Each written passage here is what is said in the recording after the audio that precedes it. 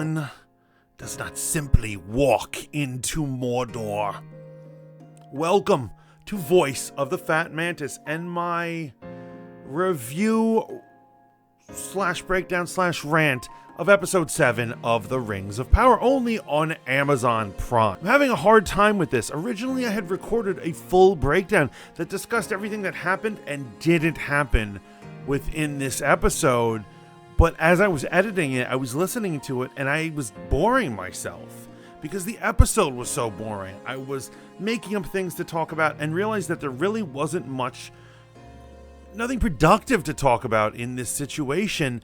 And I realized that I just need to rant or let my feelings out. And you're going to learn more about the episode if you hear me go on about it, rather than actually try to analyze what they're doing. So basically, this show is the master of wasting our time. Now, when it is good, it is really good. It is really fun. For the most part, most episodes have at least one or two things that are interesting about it.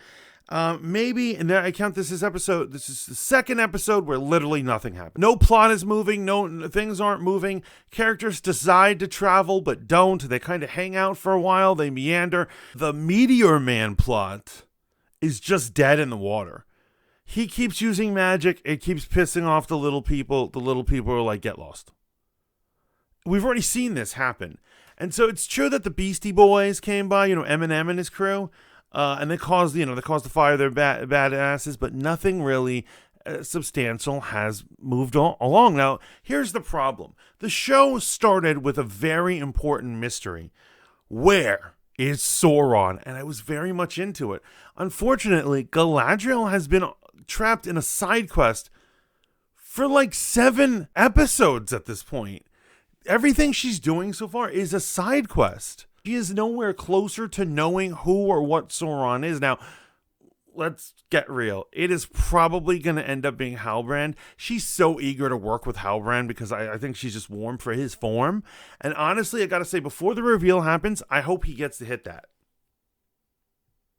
That would be amazing. He gets to hit that just once.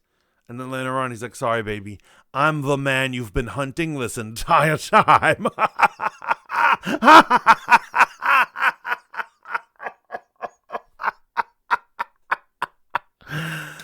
But that would require something happening, which I don't think the writers or the directors or producers of the show are willing to let happen. So maybe in my fanfic that can happen. I'm extremely frustrated. Now, I know a lot of people out on the internet have issues with this show. A lot of them have issues with it mainly being that it doesn't serve canon. Or some things that are so convoluted or just made up, and it's like, why did you make them up? Like the whole invention of mithril thing that no one needed an origin for metal. Let's get real. I have to say that I try to look past that because if you really look at it, even Disney Star Wars doesn't stick to canon. X-Men movies violate X-Men canon. They're always taking a dump on what came before it. Whenever a new group or company gets hold of the rights to something, whatever they're going to make, they're going to mess that up. So at this point, I'm just kind of used to it, and I'm not butthurt about it. Because here's what it is. Ultimately, in our mind canons, we can choose to accept or not accept anything that's going on.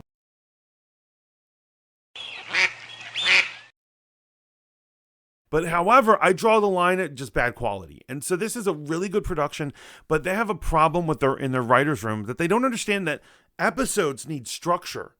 And just having 10 random little things, characters like, we went to this character, and the characters talked. Isn't that what a script is about? Yes, characters are supposed to talk in a script. But the story and things are supposed to progress as they go on. And none of that happened in any of this. Like, for instance, the humans, man, which, by the way, I gotta say, the humans, after the defeat last week, are acting like a little punk ass. Yo, Muriel, you're supposed to be a queen. Queen up and lead your people, yo. And also, what's with all this? Like, earlier in her armor, she looked like Lady Liberty. Now she looks like Lady Justice, who was blind. It's just weird motif that they're putting on to her. Anyway, the humans are just decided to turn tail and run like a little punk-ass fools that they are. Isildur's father, he's all upset. He's angry at the elf. He's saying all these things. What did you think would happen when you bring your son to a war? You didn't think there was a possibility that you would either lose or that your son would die fighting in the trenches? That never occurred to you? You immediately lose all of your honor and your conviction as soon as something wrong. I mean, that's some amateur right there. Normally, I'd make sure to give you guys at least 10 minutes of analysis, but I gotta say, there is really nothing happening. The biggest reveal that I've ever heard was that next week is the finale, and I didn't see that coming. I can't believe with all the money they're spending, they couldn't even give us 10 episodes. Quite frankly, I don't like short seasons. They make me feel like I'm British. British like short seasons. It's really, you gotta give me 10 or we got a problem. I will definitely give you a little more meat and potatoes for next episode, but I have to wait for something to actually happen. If you're wondering about the progress of the characters, they haven't moved. They haven't done anything. Some characters claim they're gonna leave. Watch, they're going to be hanging out in the boats. Haven't left dock next episode. Promise you that one. Anyway, this is Voice of the Fat Mantis urging you to like, share, and subscribe.